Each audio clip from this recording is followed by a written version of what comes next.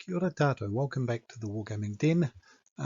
This week I have the fourth battle in my Monte Cassino campaign for you.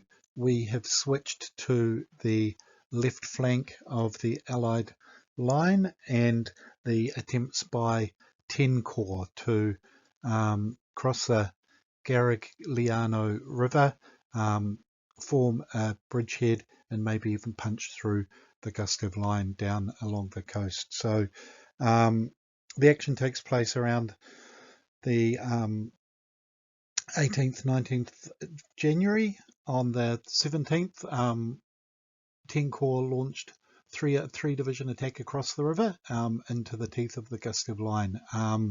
And interesting thing about this attack, and so we're in this area down here, is that the 17 Brigade, the Royal Scots Fusiliers, actually launched an amphibious landing to flank the German lines here. They used ducks and they used landing craft with tanks aboard, and the objective was to capture Mount de Argento here, which was a prominent hill and which could potentially flank the other brigades attacking further to the north. So it was quite an important strategic objective, and I thought would make quite a fun war game.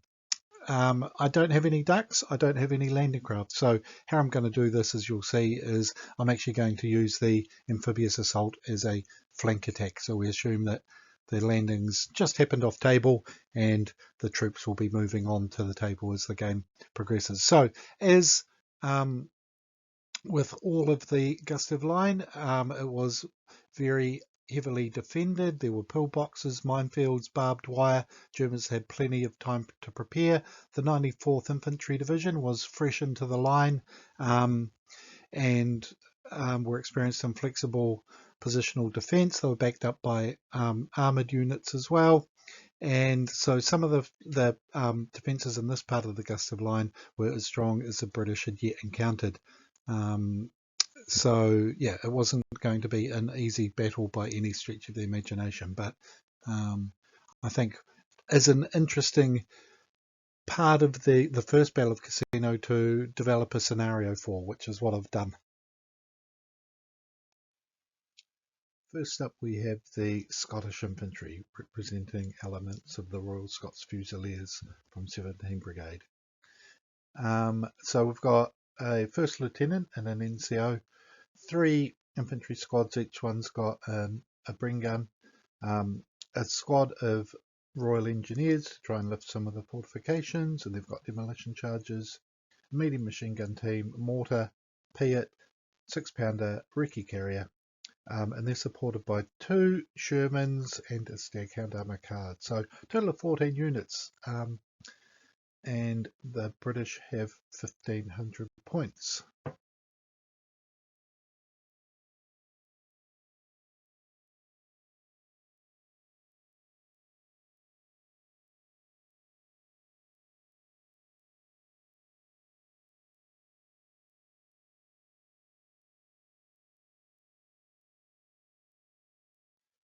Now let's have a look at the defending force. So the defending force represents elements of 2nd Battalion 274th Regiment that was part of 94 Grenadier Division. Half their force is on board, half is going to be off board. They've got 10 units, got a total of 1,200 points of troops plus 300 points of fortification. So 2 Grenadier squads, each of 10 men with an LMG. They're going to be on table along with a medium machine gun team, mortar team and a Pack 40, and in reserve they're going to have a commander, an NCO, a sniper team, a Stug G, a grenadier squad, again 10 men with an LMG, and a Panzer Grenadier squad of 8 men including 2 LMGs. And with regards to fortifications, they have a machine gun pillbox, 3 minefields, 6 barbed wire and 2 gun pits. So that's to represent the defences across the river. We'll see how this goes. Right, let's have a look at the special rules I've come up with for this one to try and get the feel of the battle. So the river is crossable to infantry but not to vehicles. That's simply because I haven't got any assault boats at this stage. Germans can start hidden and dug in. They also gate the fortifications, which can be deployed up to 12 inches from their deployment zone, so into no man's land. German reserves, delayed reserves, can only come on from turn 3 onwards. I didn't actually do this in this game. I came up with it after the end of turn 2. Thought it'd be better to do it that way in future. And armoured reserves, the German tanks and other cars must be the last units to come on from reserve. British get a preliminary bombardment, and also flank attack. Half the Fusiliers have to come on from turn 2 onwards to represent the seaborne landing. But because it was widely dispersed, only 2 units can come on per turn after that. And there, the bulk of the special rules I've come up with for this particular game. And here we have the deployment. So the Germans deploy in a box that's 4 foot long and 2 foot up to halfway. And in that defensive area, they're allowed to put their fortifications up to 12 inches beyond that, so into no man's land. And there are 2 objectives. First objective is this ruined building here, and then on top of the hill, the pillbox. If British can clear that, it's a decisive victory. 1 point for each of those 2 objectives. The British start off table here. It's a flanking force to represent the amphibious landing, and then the main British force will come on the table down at this end here, up to about 3 foot or 4 foot. So I didn't want the 2 forces linking up immediately. We've got 2 minefields covering the road here, barbed wire along in front of the fields, and then similar on the other side. There's barbed wire minefield, and then more barbed wire entanglements in front of the fortified position there. So squad of grenadiers in there, another squad of grenadiers halfway down the hill, defending the pillbox with the machine gun in it, and the Pack 40's got line of sight kind of out that way, so can't cover all of the table. And then tucked in behind is a mortar, and I had the observer here, but he's actually been placed somewhere around here now. So there we have it. Let's get on with the battle. The preliminary bombardment came in and put pins on all units. So 2 units to the unit and the objective over here, the ruined building. 2 pins, 2 pins, 2 pins, and 2 pins on the mortars as well. So no long-lasting damage caused there. Turn 1, not a great deal of action. The British infantry have advanced on the far corner, trying to be out of the firing arc of the pillbox as much as they can. Pack 40 tried to go into ambush but went down instead. The Sherman roared on the last dice of the turn, took a shot at the Pack 40 and missed. The German mortar team over there just trying to range in on the 6-pounder that's covering the advance. So we've got infantry, pioneers, commanders, artillery support, mortars tucked in there as well, and then the machine guns over there. So the other units can start to come on the flank attack this turn. So moving on to turn number 2.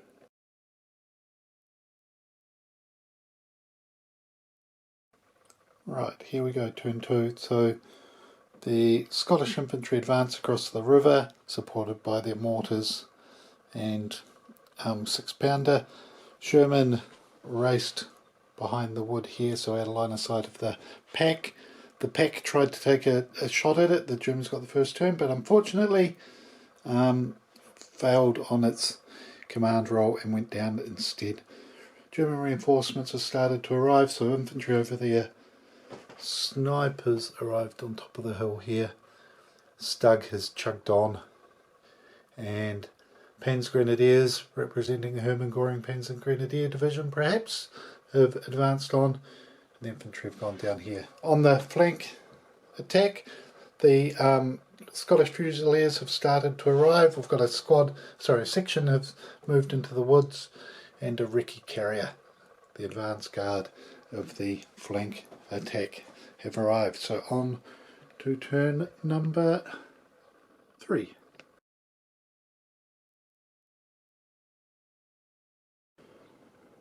Let's have a look at turn 3. The staghound came on, advanced to the edge of the wood there. The stug took a shot at it but missed, and the staghound missed the stug as well. Infantry advanced to the edge of the wood line there. The carrier advanced early in the turn, so it's removed the hidden status from those infantry, and they got hit by the Bren carrier. The infantry, the staghound tried to have a shot, and the Sherman actually hit it and did 2 pins to start with, and even knocked out the light machine gun team there. German commander is advanced to support. The Panzer Grenadiers are spread out in the wood line there, or in the hedge line. The artillery bombardment came in and pinned the units on top of the hill quite significantly. British are advancing out of the line of sight, really, of the HMG. And the infantry advanced to the edge of the hedge there. Did a couple of kills on the Pioneer squad, but then the British started to return fire. So advancing here on the right hand side to get round the flank of the pillbox. The Sherman actually over here failed to come on this turn as well. So interesting turn 3. Let's move on to turn 4. And here we have just a bit of an overview of that turn. So the infantry and the pioneers are advancing on the extreme right flank. The German infantry have got into the hedgerow, still defending the objective up here. The recce carrier has got within 12 inches and lifted the hidden status of those guys, and the infantry have advanced up here. So yeah, there we have it. Let's have a look at turn 4.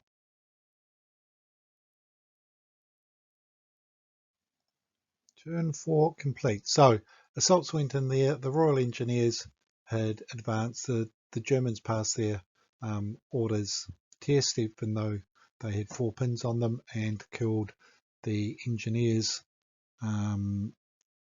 Not too much else over there.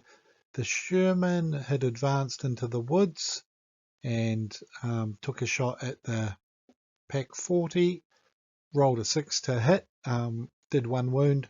Then the Stug fired at the Sherman, caused exceptional damage, but then rolled a 1 and a 2. So the Sherman only ended up taking 4 pins and surviving. It was a bit lucky there. The recce carrier had advanced.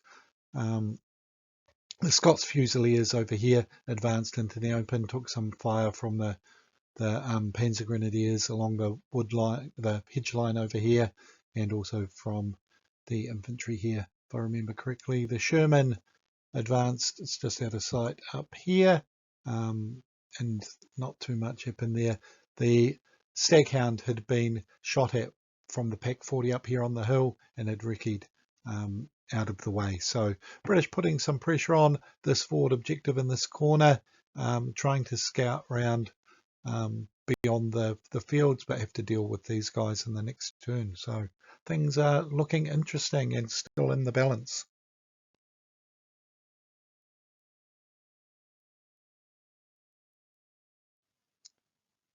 Right, the Royal Scots Fusiliers assaulted the building, killed 5 Germans, lost 3 of their own in return. So they have driven the Germans out of that building and have captured it.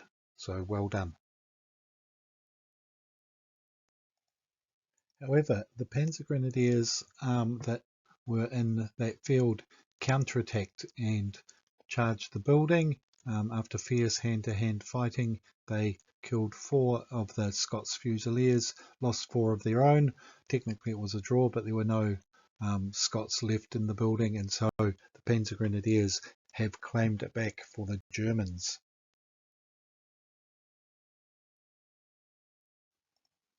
So another interesting turn 5. I think the German mortar missed here. The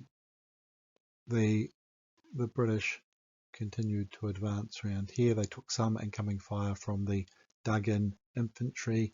The medium machine gun team moved out of the back of the pillbox, set up to shoot the incoming British next turn. The Sherman here rallied, got rid of all those pins. The medium machine gun team crossed the Garigliano River. Big assaults went in here. The Scots Fusiliers captured the building, then those German Panzer Grenadiers counterattacked and claimed it back. They'd also been shot at from here. The Ricky carrier snuck up close. The other Seaforth Fusilier squad is advancing. The Sherman, I think it went down. It's been having pot shots at the Stug, and they have managed to miss each other. So British are making inroads.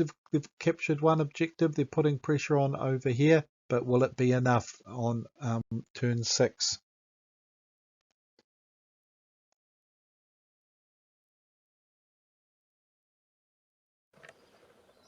And for the third time, the ruin changes hand. The Scots Fusiliers assaulted the building, took one loss coming into the assault, and killed 3 Germans, and then took 2 losses themselves, so have once more reclaimed the first objective. Death or glory. The Scots Fusiliers captured the pillbox after destroying the HMG team, or medium machine gun team. The Grenadiers have run out of their foxholes and charged the building and got around behind it, so are able to assault. So see how this goes. Turn 6, it is coming down to the wire. The 6-pounder was destroyed by the German mortar at the end of the turn. 2 crew were killed and the 3rd one ran away.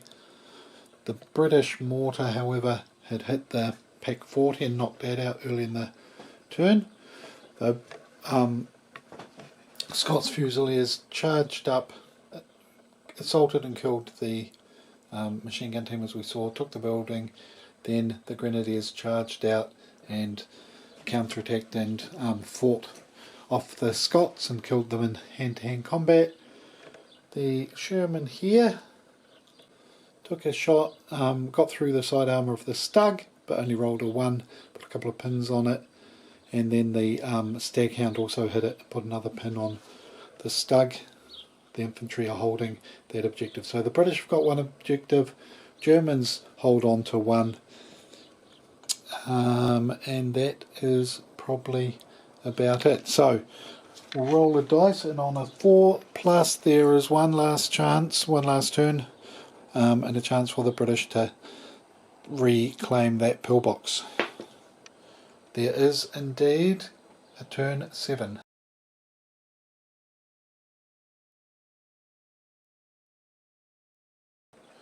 Right, the British lieutenant and his offsider charged the back of the pillbox, survived the incoming fire, killed 3 teams, and in return the Germans don't kill any. So the lieutenant has recaptured the pillbox.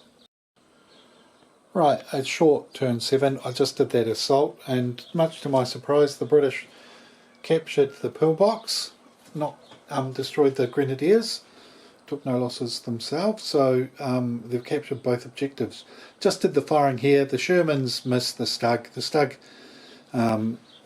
went down because of the pins on it, and so that's about where we ended it. So without a turn 7, it was much closer, but on turn 7 the Scots Fusiliers have captured both of the objectives, so well done the Scots.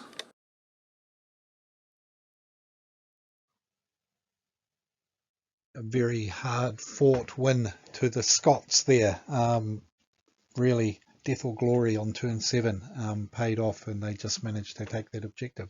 Another really fun game. I'm enjoying this little campaign that I'm running. But what happened in the actual assault across the Garigliano by the 17th Brigade? Well, the seaborne attack was badly dispersed. the attack on the Mont, where the pillbox was delayed. On the 18th, they succeeded, mainly because the Germans had pulled back into the hills beyond the river. And the Seaforth Highlanders and the Northamptonshires crossed further to on the right flank of the Scots Fusiliers and helped join the push on Montano. But the Germans discovered those two new bridgeheads and counterattacked fiercely, so it was pretty touch and go for the Seaforth Highlanders and the Northamptonshires, and actually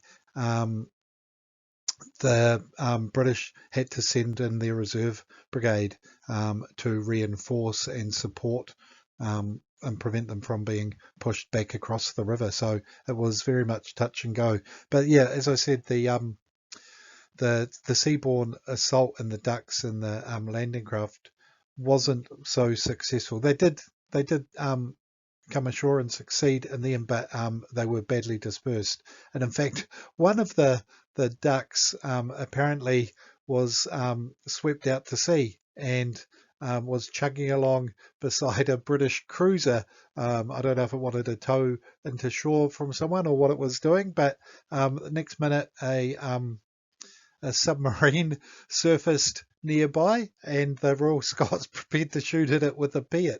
And then this little exchange happened. The commander of the submarine said, "Who the hell are you?" And the response was, "Royal Scots Fusiliers, never heard of you."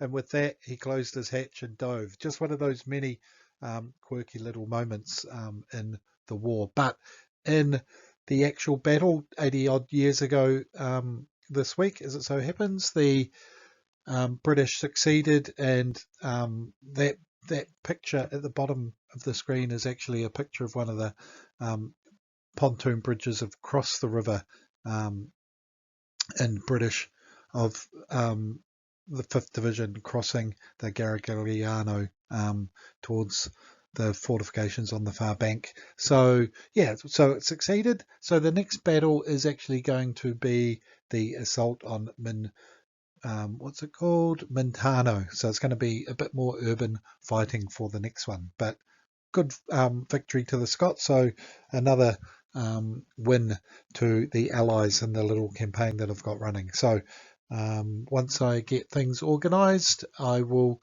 endeavour to have another battle. But I hope you enjoyed that. Sorry about the sound quality, might be a bit iffy, but my good digital camera is playing up a bit, and it's picking up sounds from the internal motors and stuff, and I've been playing around trying to get it sorted, but still a little bit of background noise there at times, so a bit frustrating, but it is what it is, and it's not really distracting too much. But anyway, thank you very much for watching once again. Until the next time, ka kite anō. Take care.